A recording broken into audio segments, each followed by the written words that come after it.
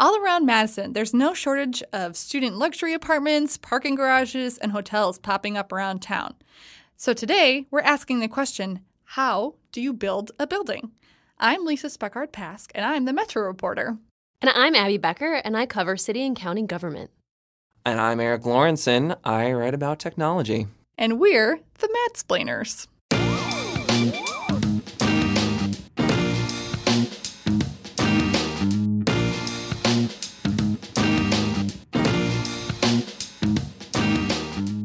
Are we ready for this? I am so ready for this.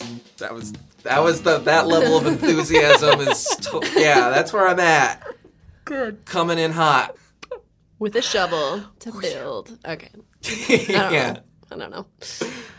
How do you build a building in Madison? We're going to answer that question today on Madsplainers. We have Abby and Erik here to help me explain the development process. Hi. Hi, Lisa. So excited to be here.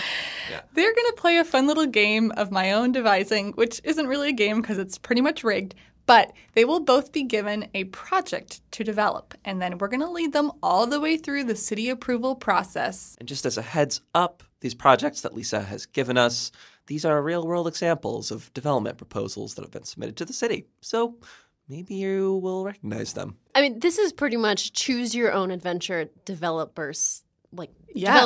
Absolutely. Except that it's been preordained by Lisa. Exactly. I don't even care, though. I'm here to win. I'm super I'm competitive. totally going to win. It's also My building will get built first. It's like Monopoly, but like all the boring stuff before the buildings are. Not boring, just kidding. It's going to be wildly exciting. Okay, so first of all, lucky for you, loyal listeners, it's actually going to involve a look back to one of our previous episodes, because one of the first steps in figuring out how to build a building is looking at the zoning of the property that you are looking to build on. Because, like that zoning, remember we talked about, tells you what you can build on there, what type of building, sometimes how many stories, how many units, the density of them. So that's step number one, is figure out what is allowed on that property. But therefore, if what you want to build is not allowed in that zoning, you might have to go through a rezoning process. But I'm getting ahead of myself. Erik, right hand or left hand? Right. Okay, don't open it yet. Well, joke's on you, because left is what I have given them don't know what about that. their project they need to develop is, and now they might open them and tell me what their project is. At the same time? Like one singular reveal? Well, Erik has already done it, so you're behind. Catch up, Becker. All right, you read yours first. Okay. So, hi, I'm Percival. I'm a developer. I'm 40 years old. I like golf. To clarify, I have written none of this. I have an extensive POG collection at home, and here's what I want to do. I want to build a single-family home, and I will be doing this, ideally, on a vacant lot on the far west side of town. All right. Well, what was your stage name? Percival, the 40-year-old POG collector. Percival got a vacant lot, so here's what I got. I got the State Street Hotel. So I want to turn the lot at 122 State Street, which is a 6-story home of the Fountain Bar, which also has office space, and formerly the 2-story bar of Wind Down, into a 120-ish hotel room, 9-story boutique hotel. So Abby's project is a little more complicated. That was a lot. Can I hear Yeah, you can read that. There's a lot. Oh, so it's 2 properties, sorry. 122 State Street and 118 State Street. And then that's in the heart of State Street. That's a busy area. There's commercial stuff happening. This is going to be complicated. Yes, Abby brings up a very good first point, which is that generally the more complex a project is, the longer it's going to take to get you through the city approval process. So Abby is already at a disadvantage. This is maybe not so great for her. Well, let's be clear here. We're not actually talking to Abby right now. Oh, that's true. Oh, right. Yeah, who are you? I'll be Eleanor, a secret millionaire with developing dreams? Interests in buildings. All right, so we have Eleanor and Percival. Excellent. All right, great. Now, Eleanor and Percival, you both would like to get through the city approval process faster rather than slower, not only because then you can actually start your process, but as I talked to Kevin Furco, who's the city planner, There are a lot of times called holding costs associated with holding onto a piece of land before you can actually start doing things with it. There are holding costs, and we certainly understand that as part of the development process as far as the costs that the developers incur. And certainly our process is designated to protect the city's interest in reviewing processes, but we certainly don't have any intent to make it longer than it certainly needs to be. And we strive for predictability and to keep projects on track and to keep them per the schedule that we've had published. Now, that said, developers may want it to go faster sometimes, but it's an important process so that the neighborhood has a chance to weigh in, the city has a chance to make sure the plans line up with city plans and zoning codes and things like that. So we'll see how this goes. Well, like I said before, the first step in any developer's process is to look up what the zoning is on your property to see what you can build. So we'll see if your dreams are insane or not. Here is your zoning. Percival, would you read yours, please? Do you conform to zoning in the area? My area is zoned as a residential district. Oh, that's Percival good. likes this. However, here's the thing. I've been thinking about 20,808 square feet of floor area, including garages, for what I'm envisioning here. And that's going to require a conditional use permit. And like we talked about in our zoning episode, so conditional use means it is allowed in the zoning, but you have to get special permission via a conditional use permit. And it's not as complicated as rezoning the property. Yeah, I got the complicated one, so I need to rezone if I'm going to get this built. So my project does not conform to the zoning of the area. The current zoning only allows for 6 stories, and I wanted a 9-story boutique hotel. So this means that I need to ask the city to rezone the property from downtown core, which is what it's currently zoned at, to planned development. So this is going to be something. It's going to be a little more challenging for Eleanor than for Percival. So now we're going to enter what they technically call the pre-application phase of the development process. So this is when the developer, you're meeting with city officials, they're looking at your plans, maybe giving them to different departments for feedback. You are at this point strongly encouraged to start talking to the neighborhood and the residents around to see what they think about it. You are required 30 days before you actually file the application to notify the neighborhood, but you're strongly encouraged to be working with them before that. So we're gonna check in with your neighborhoods and see what do they think about this process. Neighbors. Shockingly, people don't care. Yeah, I really know. Yeah, city staff, they have heard nothing from any of the residents. They're okay with in you my building residential district. Big old mansion. Yeah, it's super cool with everyone apparently, or at least no one's making a peep about it. So right on trend, mine is more complicated. People do have concerns. So so this area, the downtown area, is represented by Alder Mike Verveer. So that's District 4 downtown. So that includes State Street. And then Alder Liddell Zellers, who is District 2. That's like the neighboring district. So there's some concern. They have some concerns. And those are traffic, parking. There is no parking on site. So if people want to use a hotel coming in from out of town, maybe they drove, where they're going to put their car for however many days they want to be at the hotel. That's a concern. And then most of all, the 9-story height is a concern, especially as that, doesn't follow the current zoning of the area. And I believe is taller than the neighboring buildings and the other buildings on that block. It's taller than some of them, yes. If you've been following the situation in real life, there's a lot of discussion about the view shed and the views to the Capitol from different points on State Street. So I think the developer's arguing that it doesn't affect the view to the Capitol at all. So there's a lot of controversy over this 9-story height. Okay. Would it be fair to say that oftentimes when there is a project of this sort, height is kind of usually like the number one talking point? It can often be a huge sticking point for the neighborhood. Density too, but more often height, just because it's more obviously this is a large building. There's just a project approved this week at City Council of this technically 4-story development on Johnson Street, where they were concerned about size and density, and you will hear that a lot if you follow local development news. Okay, so you talk to the neighborhoods. You kind of sometimes try to modify your plans to, be more in line with what staff has told you so far and what the neighborhood has told you so far, if at all possible.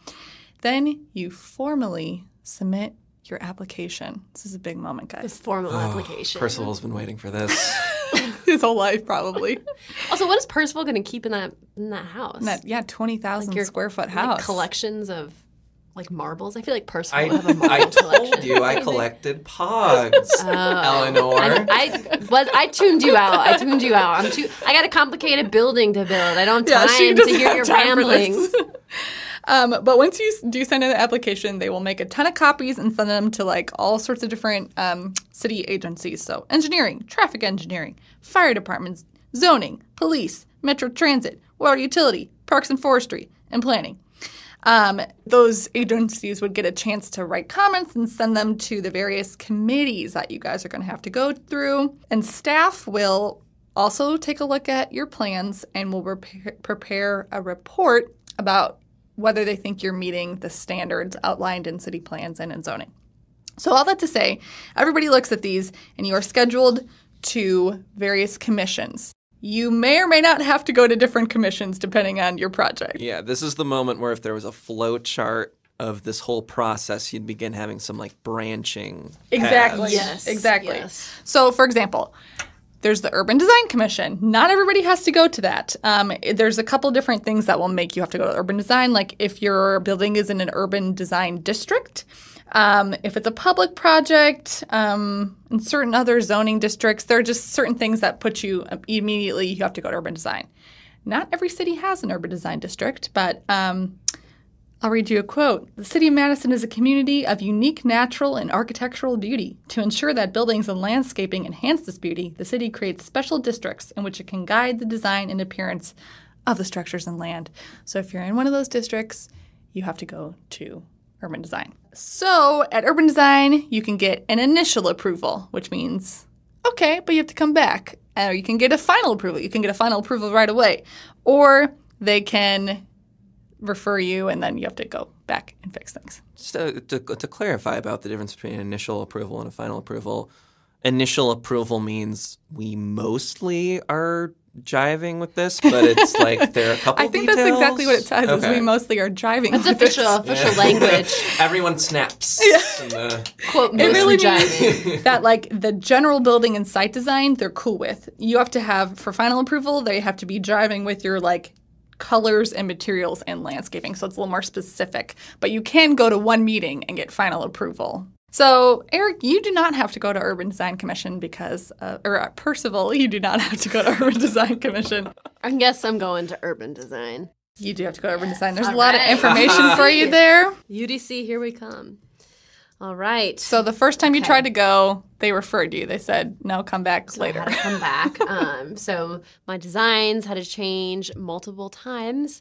I'm remembering this now from your reporting, Lisa. The design started off very modern. What a long journey it's been. Yeah, but so meetings with the neighborhood and committees and city staff, those same concerns came up repeatedly. And so they were saying that the large flat building didn't fit into the rhythm and language of State Street with its more narrow storefronts, and it didn't pick up on the historic character of the area, and that also the originally proposed modern metal materials really stood out. And I think I've heard this before with other developments on State Street. A couple of years ago, there was that huge development on the 100 block of State Street, and preserving that historic character was super important in those discussions as well.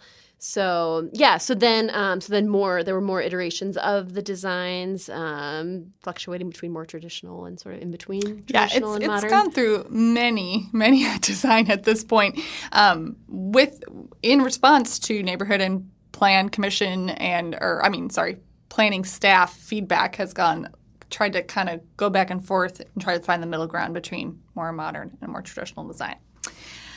Sometimes in your development process, you might also have to go to a landmarks commission. Ooh, I'm going there too. You definitely are. You have to go there if you're in a historic district, if you are sometimes adjacent to a landmark, or, if you are a landmark, obviously you're going to have to do something there. But so you, and State Street, Eleanor, are adjacent to the historic Lamb Building, which is where Michelangelo's coffee is. It was built in 1905, and it was designed by master architect Louis Claude. I don't know who that is, but he must be important because he's on the historic register. Wouldn't it be so cool if it was actually Michelangelo? It's like, oh, so that's where they got the name from. That would be very beautiful. Madison is a lot older than we thought. I imagine it might actually happen from time to time, or like a residential district Yeah. might have like a landmark that's historical or something. Downtown, definitely, I would say. You know, there are some properties that you would be adjacent to a landmark, so they're not going to let you build, you know, something monstrous and huge to overshadow that probably. Right. And I feel like a lot with, you know, the commission members talk about is that, you know, they're thinking about a district as a whole or a whole area, not necessarily just like one block. So if you think about how something's going to, you know, fit in, you kind of have to take in the whole surrounding atmosphere. Absolutely. Now we'll see what All they said right. about your atmosphere. All right. At Landmarks Commission. Okay. Yep. So it's next to that historic building. All right. So the landmarks said that the plans were large and visually intrusive as to adversely affect the historic character of the land building. That's not good news. That's not It's good not what you news. want to hear from the Landmarks Commission. No, it means it's you too never big. want to hear visually intrusive. That's like a death knell. So, and then they also said that the expanded State Street frontage was also problematic for the land building. Now, I will note that, again, in real life, since then, that has changed because they've changed designs yet again, and the landmarks came back and said, okay, this one is better. So in real life, you're getting closer to your All goal. right. So the real version of this project is moving along. So then something very tragic happened to you. Oh no. Actually, I'm just going to explain this to you because so you, as we remember, you were on 118 and 122 were the two properties that you were looking to renovate. Then it turned out that two other adjacent properties went up for sale, so you bought them so that you could use those properties as well. But because you added to your footprint of the building, you have to start the process all over again. Yep. This is in Monopoly when it's like, you know, go back to Go start. to jail, do not pass go, Yeah. collect $200. I don't think Eleanor's going to go to jail Well, for this hopefully. crime. But I stole the money to build the building. But yeah, that's rough. Wow, that's super rough. So you're kind of on pause right now. You're Okay. trying eventually to get to city council. So end goal. end goal is city council. Now, plan commission comes before city council. Plan commission, if you just need to get a conditional use permit, like Percival, or you need a demolition permit, plan commission can approve that for you. It does not have to go to city council.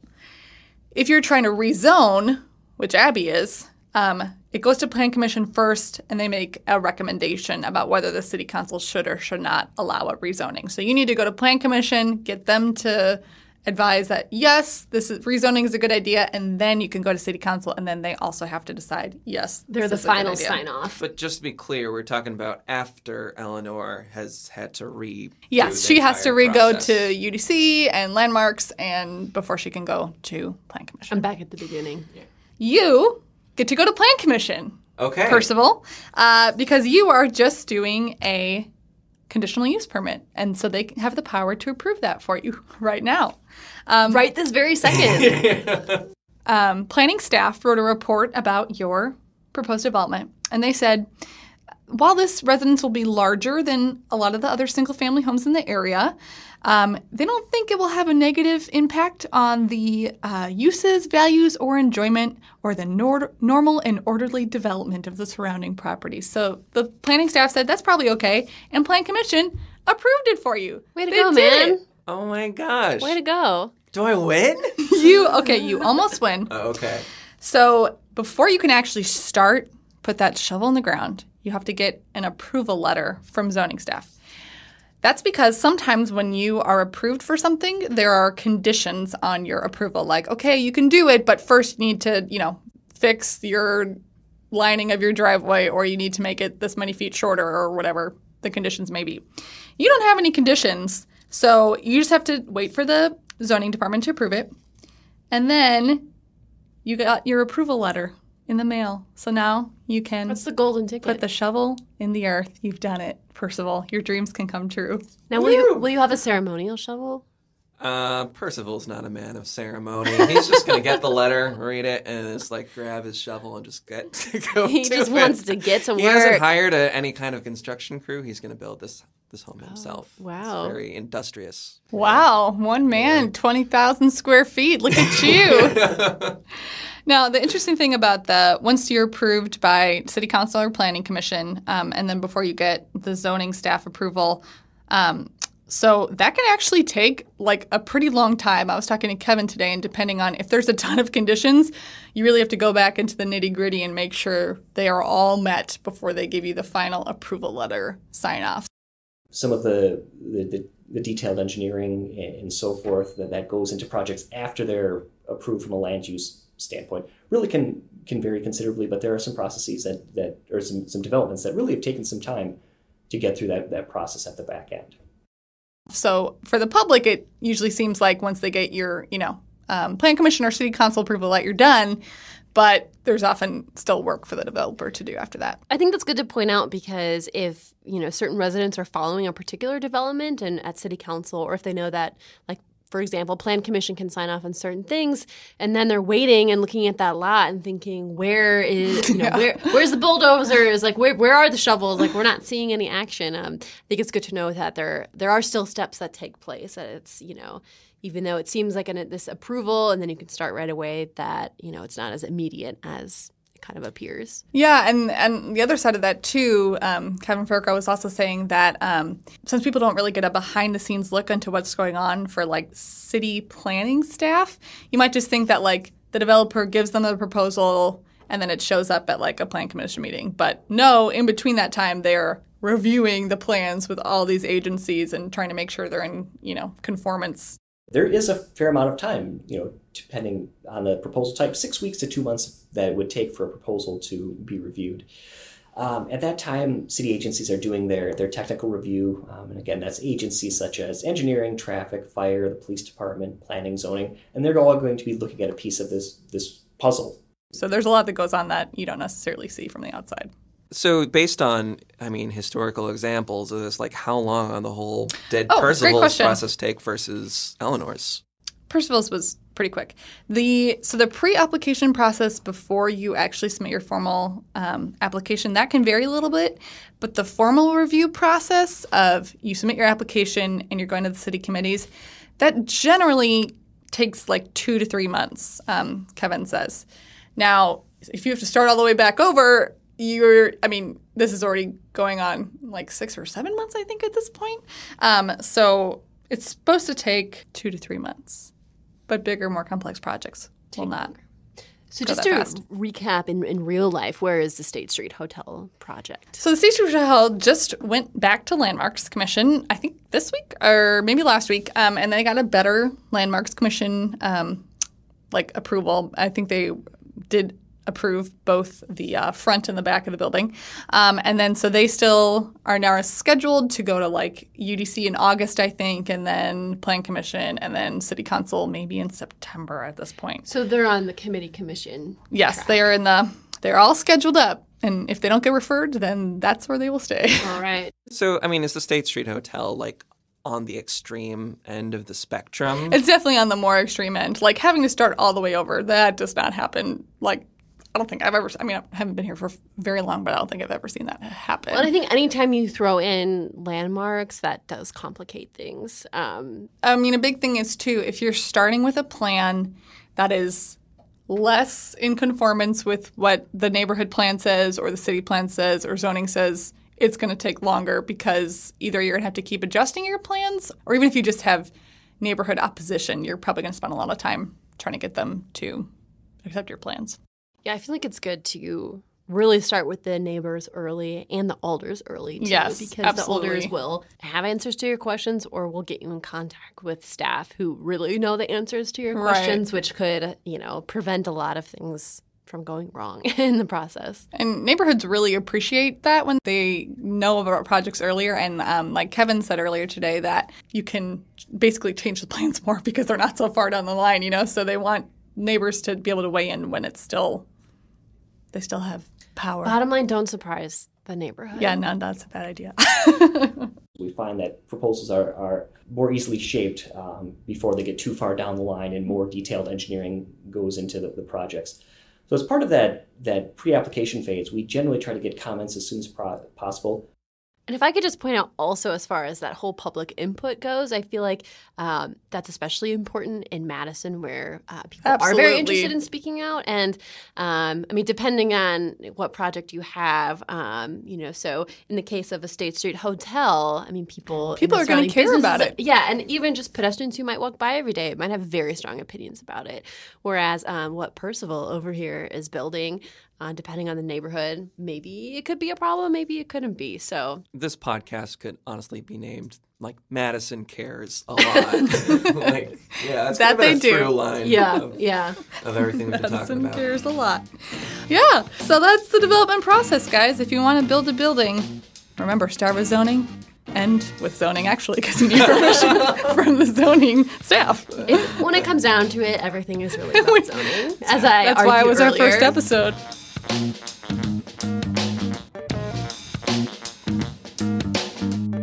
Thanks for listening. Tune in next time to learn about the Entrepreneurial Center Starting Block, where Erik Lorenzsonn will give us a deep dive into that organization.